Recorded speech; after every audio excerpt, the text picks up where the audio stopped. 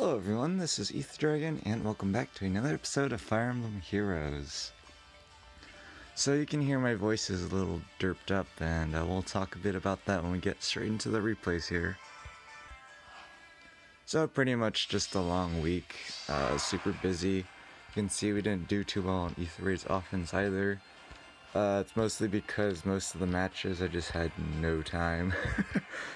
So I just literally did the first thing that came to mind, which with my Garbo offense team is not what you should be doing. A lot of matches were just really tough. Lots of dual lifts, some legendary Sigurds. Those actually weren't too bad this season for somehow. Don't know why, because it's wind season and water season. But there's also some Fallen and Brave Edelgards where my win condition was to keep Nino alive, and well, my turn, whatever play I made during whatever turn was not the correct play, so Nino got obliterated and it was just GG from there. But yeah, that's not a very good week on offense, and I was expecting that. I was actually surprised to see I found 0 Ardens this week on defense, because he is bonus, so I was expecting people to troll off his HP stat and some save skill or whatnot, but didn't see a single one. Just kind of interesting. But yeah, I kind of partially lost my voice this week. Ripperonis. Other than that, in Arena, looks like we're not going to be able to stay, because I waited till the end of the season here to see what the cutoff looks like, and it's just too high. I could technically make it if I built up, I think her name's Petrin, however you pronounce her name, but I would have to put quite a bit of investment, and I just don't feel like it's worth it for me. Also forgot to mention there's like 12 replays this week, so it's going to be a while. But yeah, we're not going to stay in tier 21 this week. I could, but it's just not worth the investment for me, so because I'd literally just built her purely for one season in Arena. Now I know it would chain. It would like propagate itself, so like the whole point of staying in tier 21 is that so I can start the next season in tier 21 with the new bonus rotation. So if it's ever like a favorable bonus rotation, then I'd be able to stay in tier 21 for 2 weeks. But it doesn't really matter too much. I'm not particularly concerned because it's Arena. I guess we do miss out on an Arena crown in a little bit more, but yeah. Here's a Fallen Edelgard with just a bunch of Millas, so she gets a decent defense stat. And they have plenty of isolation. But, of course, we all know the #1 problem with Fallen Edelgard is that she has problems killing. And, so she's not even able to pick up the one-shot on Self. Granted, he does have a pretty solid HP stat. Of course, Self is attacking her defense, so he's not going to be doing a lot. Pretty expected, you know, she is in the 80s or whatever in defense. Or is it 90s? I don't know. Pretty high defense stat. And here, she can't even one-shot Nils Kappa. I mean, if you can one-shot Nils with raw attack, you probably should be winning a lot of your Ether Raids matches, not gonna lie. Because that is a lot of attack. Would not expect units to reach that much. Then they decide to hit end turn here, but we all know the problem with Fallen Edelgard is that she only has damage reduction on the first attack. And when you have someone like Legendary Crown of Deadeye, there isn't any damage reduction at all, so that's just a rip for her. She probably, I'm pretty sure she would have one-shot Crom on my counter if he didn't one-shot there. But like, even if he didn't attack first, or even if he didn't kill, she just can't heal off that much damage. So Bramon with Luna, not with Luna, would have been too much regardless. But there was one match, I just saw Uller, so I just remembered. So sad. There was this one match where it was a team that I could vantage sweep. So my plan was to hit and turn, take a hit, get into vantage range and a sweep. But then I didn't do my daily damage calcs because I literally just did the first thing that came to mind. And so there was an Uller on the defense team. A light mythic on defense, you know? So bad. She got literally the exact 1-round KO on Nino. She had Deadeye, of course, and did 21 times... Wait, yeah, 21 times 2. And Nino has 63 HP, so it was literally exact lethal. And so that was a rip. There was also like an Iago and, what's his name? The guy with Petrify, Veld. Both Iago and Veld on that defense, so it was pretty annoying for us, but if we didn't immediately die like that, we would have been fine. All I needed to do was actually put Milla in range. I didn't do that because I didn't know I needed that, and so that was a rip. But I mean, this goofball defense is doing things. It's certainly, in my opinion, I would rate this better than my Anima defense. I have no idea what my... I have no idea how I could possibly improve the current Anima defense using the units I already have there. I kind of have to swap out some units to make it work best. But here, of course, we give the free bolt trap anyways, so this is just the Gale Force team. And of course, there are plenty of units you can corner in this defense. It's just a matter of the heavy traps, if you can figure out which one is the real one. It should be pretty clear which one's real, but I mean, you never know. People can psych themselves out and think, you know, oh, they would expect me to think this one is real, so that means they would make the other one real. But yeah, it's just solid Gale Force, really, really solid comp. It's not the world's most consistent comp, but it's definitely super solid. Of course, you got like Fallen Edelgard for Twin Crest Pallor for the Gale Force, and of course that means she can get a lot of attacks in. She won't necessarily pick up one-shots a lot of the time, so that's why it's useful there. Being able to get those 3 attacks in, possibly, is super nice. Because of course you could still get memed over by something like, I don't know, guard via Tannen Baton Plus? No. Or just like a save unit or whatnot. But you generally don't use save or Gale Force against save teams. It's definitely reasonable in some instances. I've seen it happen. But the number one issue is you typically just don't one-round the save unit. So you have to burn a lot of Gale Force, or a lot of actions taking them out. Or not taking them out. It's very confusing. But yeah, a bunch of strange teams this week. It's definitely because we did not climb very quickly. So we were in like tier 32, 33 for a lot of the season. And towards the end of the season, I just literally couldn't even play. So I just did not play for a day or two. So definitely got the lower end of the Vault of Heaven matchmaking for most of these. So, you know, that's how it is. I mean, this is what you would do if you're trying to try hard to some degree, because you generally, if you're trying to get as high lifts as you can, you're not trying to match yourself up against the top players on you don't want your top players, or you don't want top players facing your defense, basically, unless you have lift left protection. But yeah, once again, even pulse tie trolling. So bad. It works when it works, but you know, it's been a long while since we've seen it actually been useful. Something like Wings of Mercy would definitely probably be better, generally speaking. There's even something like Gale Force teams, typically none of them have fully pre-charged Gale Force, so it's pretty useless. It's just, Yep, here we have ourselves a Brave Hector, a Flame, pretty standard. Kind of interesting to see close guard on Flame instead of distant defense. Typically your number one issue on defense is tanking ranged units. Melee units, there's, I don't know, Legendary Sigurd is not too big of a deal for Brave Hector.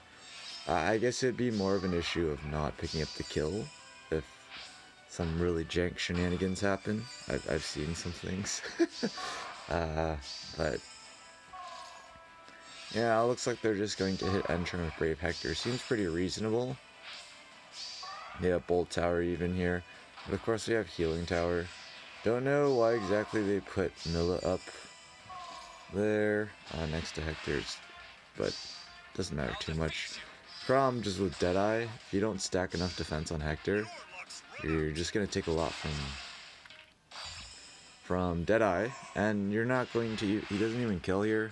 Of course, this is not a maxed out Brave Hector, so, but honestly it would not have mattered because we have Luna and stuff on the way.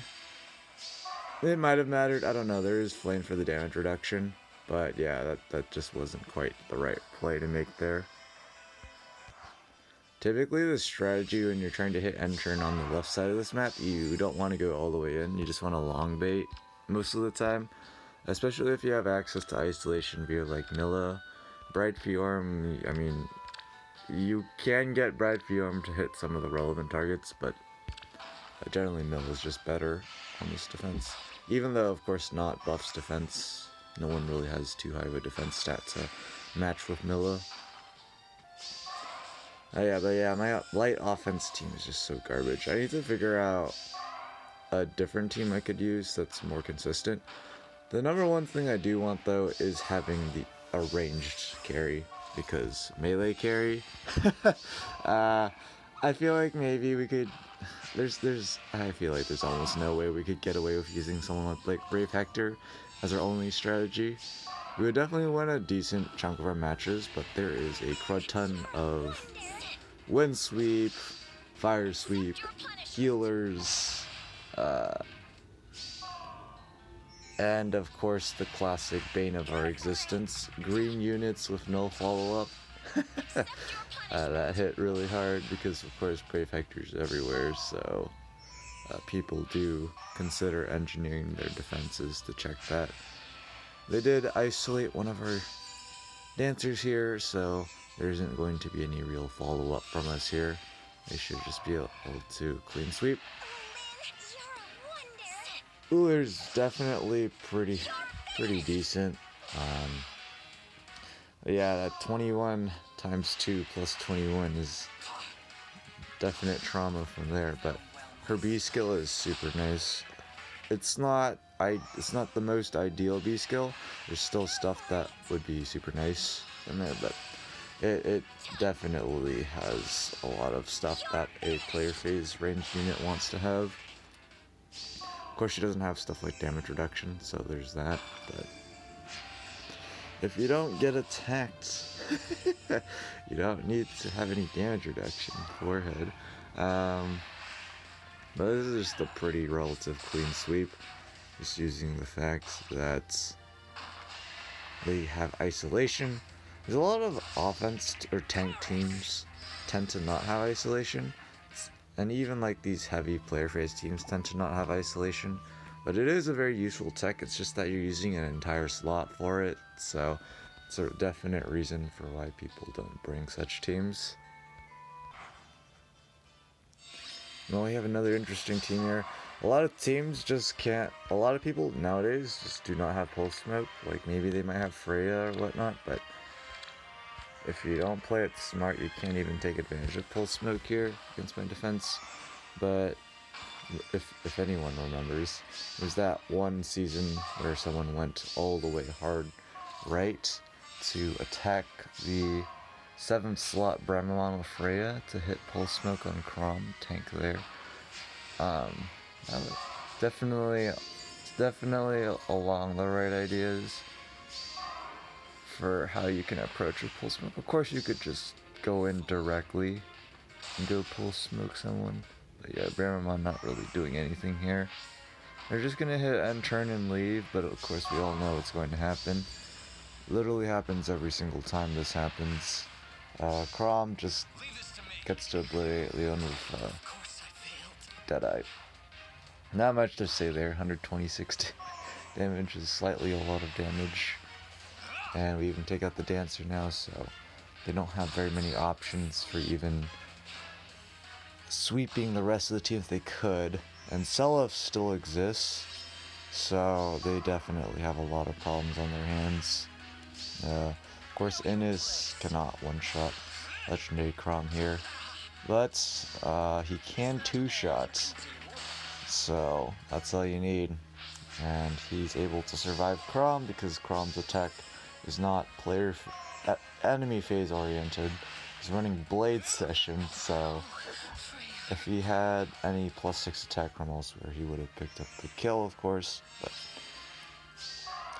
Seliph is a bit too much for this team, so that's a rip.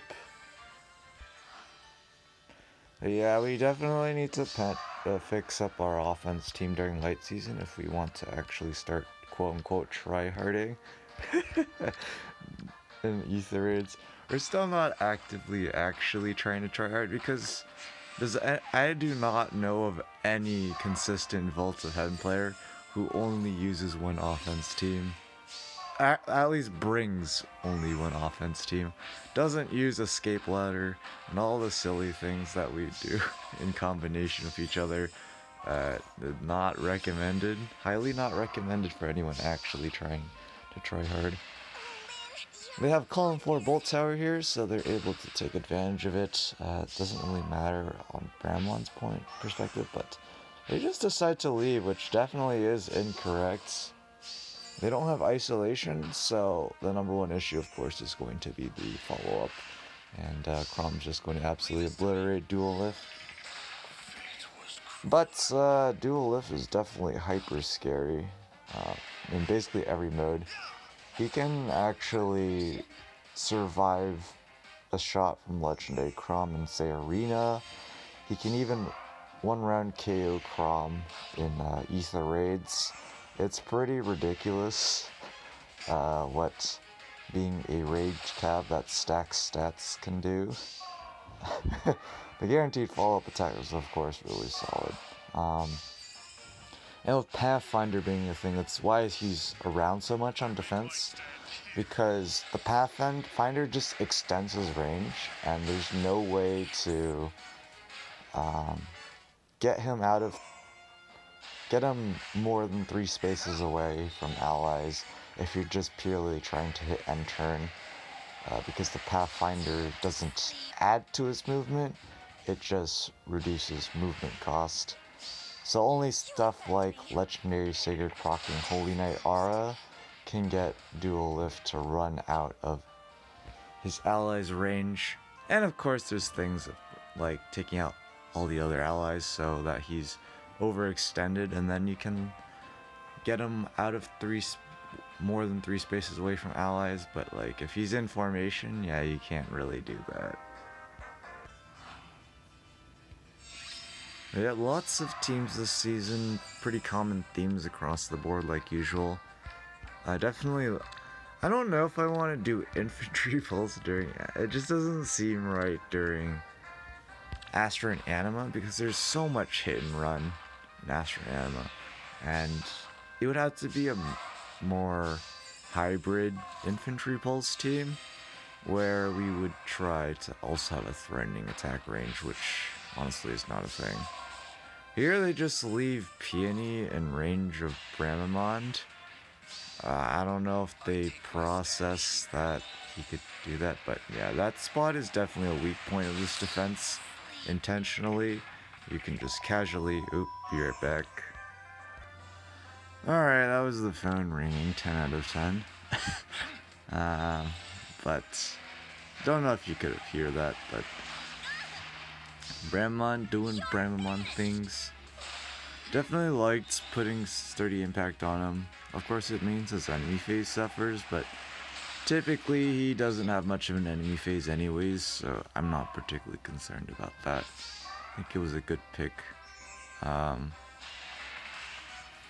Of course, our defense is kind of garbo here with actual follow-up in terms of utilizing the dancers. It's a common thing people do on defense with knots and rally traps and whatnot, is they have knot with no assist, and then like ranged calves with assists, like rallies. So then the ranged unit will rally, the dancer will, assuming of course no isolation, the dancer will dance that range cap, and then because of how Not has no movement assist and she's melee, she'll move first and give them Pathfinder to extend their range. Yeah, our defense doesn't really do that. Because we kind of have lots of things blockaded. This is definitely quite the... I haven't seen any of these replays from here on out because I've just been so busy. Chill defense on B is kind of interesting. I guess it's for Kagura. I guess that would make some sort of sense. I don't think it would matter in any way though. That's what I'm thinking. If 7 points on the highest defense unit matters, I'm trying to think where it would... I don't know, typically I don't think it would really matter too much. They said we just hit end churn with Nisala there, which that's definitely not it. They probably didn't consider Pathfinder would be my guess, and so that went wrong. Kagero, well, not gonna really do too much damage. The problem with Kagero running on offense nowadays is mostly just the fact her base HP is so low, so their buffer to actually tank things and whatnot is pretty slim. But it's not small enough, it's not a small sliver enough so that you can have super easy setup if you're like just 10 chip damage or whatever from a bolt trap or whatnot. So that's a huge problem. And of course, she's not the fastest, and so units like healers can definitely be devastating.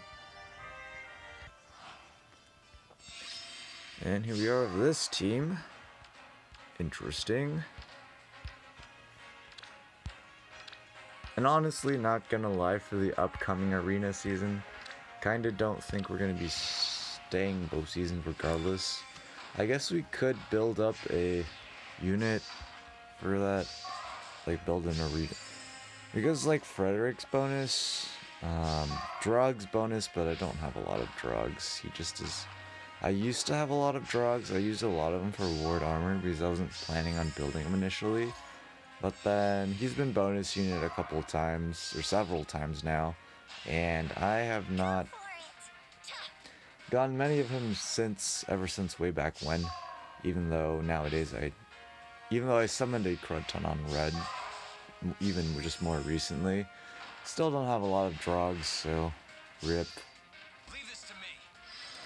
Grom just absolutely obliterates air, but that's because he can't reach Lyn.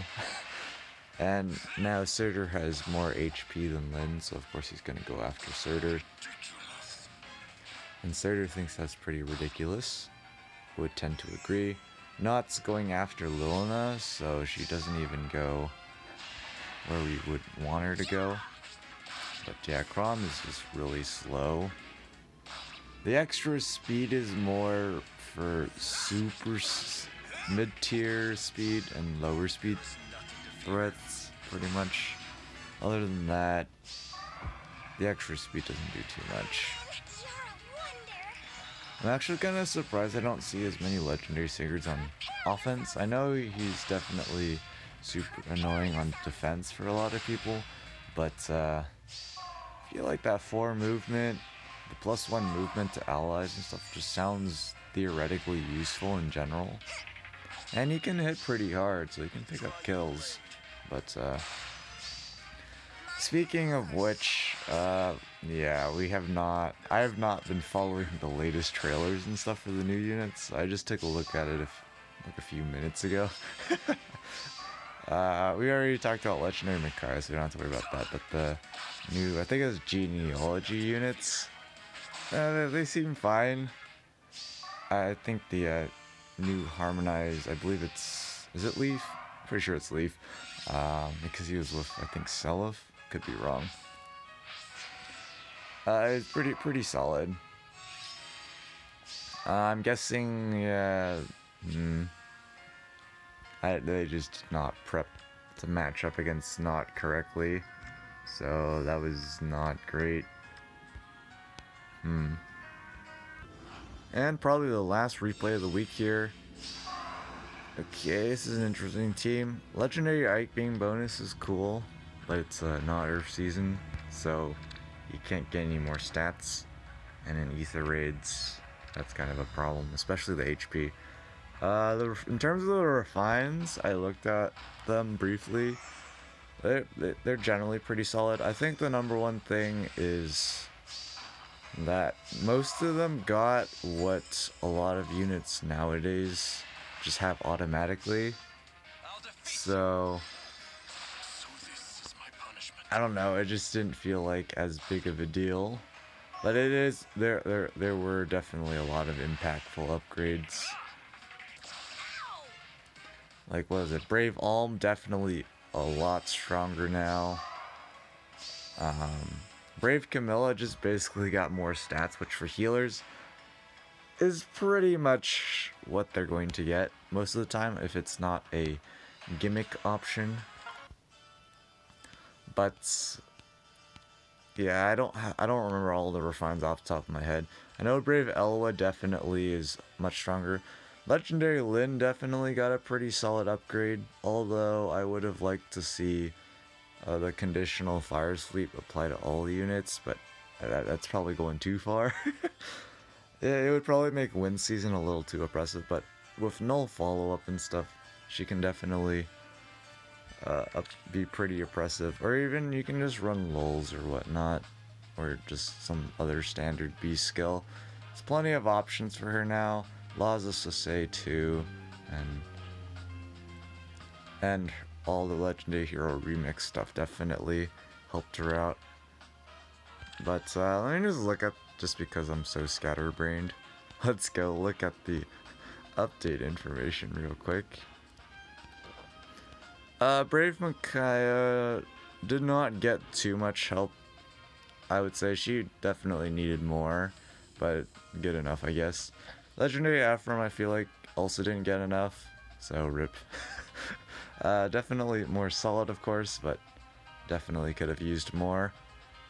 Male Kana got an interesting refine, also probably not good enough, but definitely pretty solid for the extra healing after combat. I think it's Mystic Boost. No, actually I think it's better. I think it was 7 HP after combat. But yeah, he's definitely kind of much older free-to-play unit, and definitely could have gotten more, but he didn't. And oh yeah, Catapult's level 9. Can we upgrade that right now? I don't think so. We probably need a lot more. Oh, we can. It's 5. Oh wait, for offense. Let's do that real quick. 5k though. 5k for level. Oh my gosh. That is what I call expensive.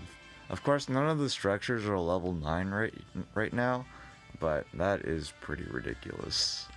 5k. Yeah, we're going to worry about that later. At least on offense we're okay, but it's not like it's going to be useful till much later. At least Heavenly Dew will have has a use, but enough brain dead thinking.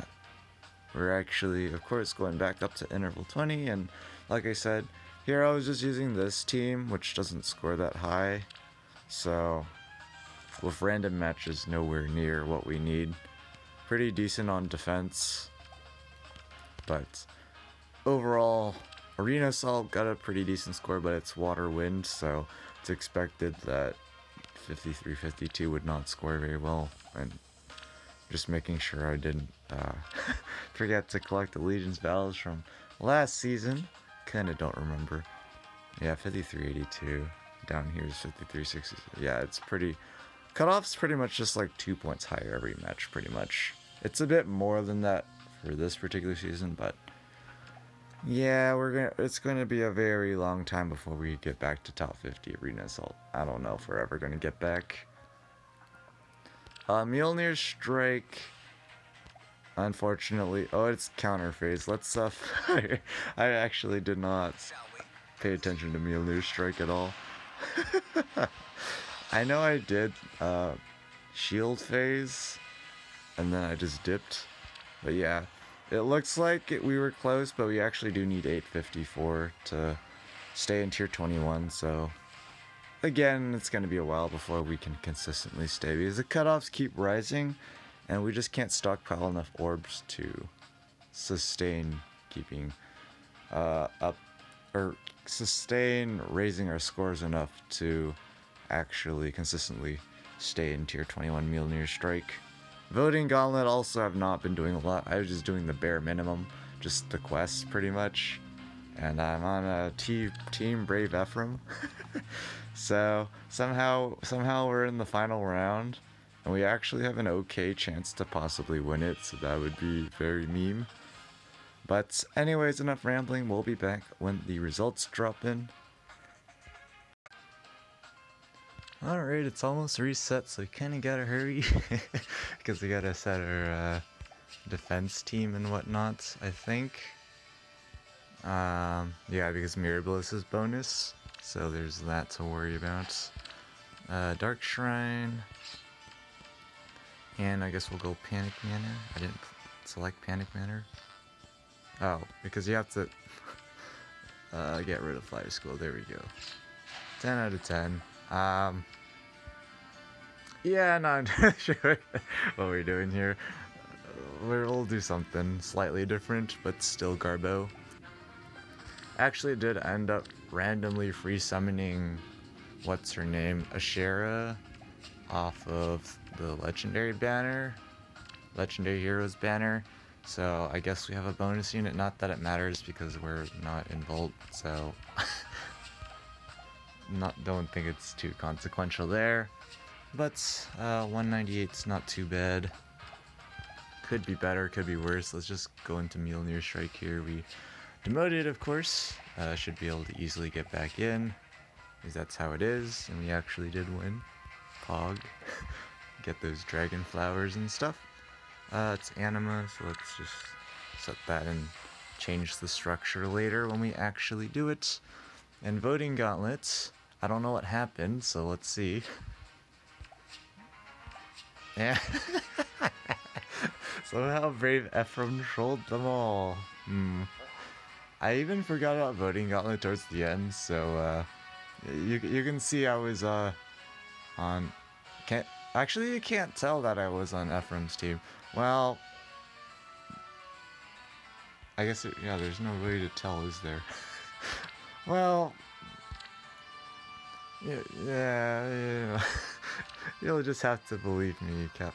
Just outside of top 10Ks feels bad, but would have actually gone in if I actually remembered to. But at the end of the day, it's basically just a loss of feathers. So it's the end of the world, but not the end of the world, if you know what I mean. Well, that's going to be it for this episode. Thanks for watching. As always, this is Ether Dragon, and hope to see you all next time. Bye.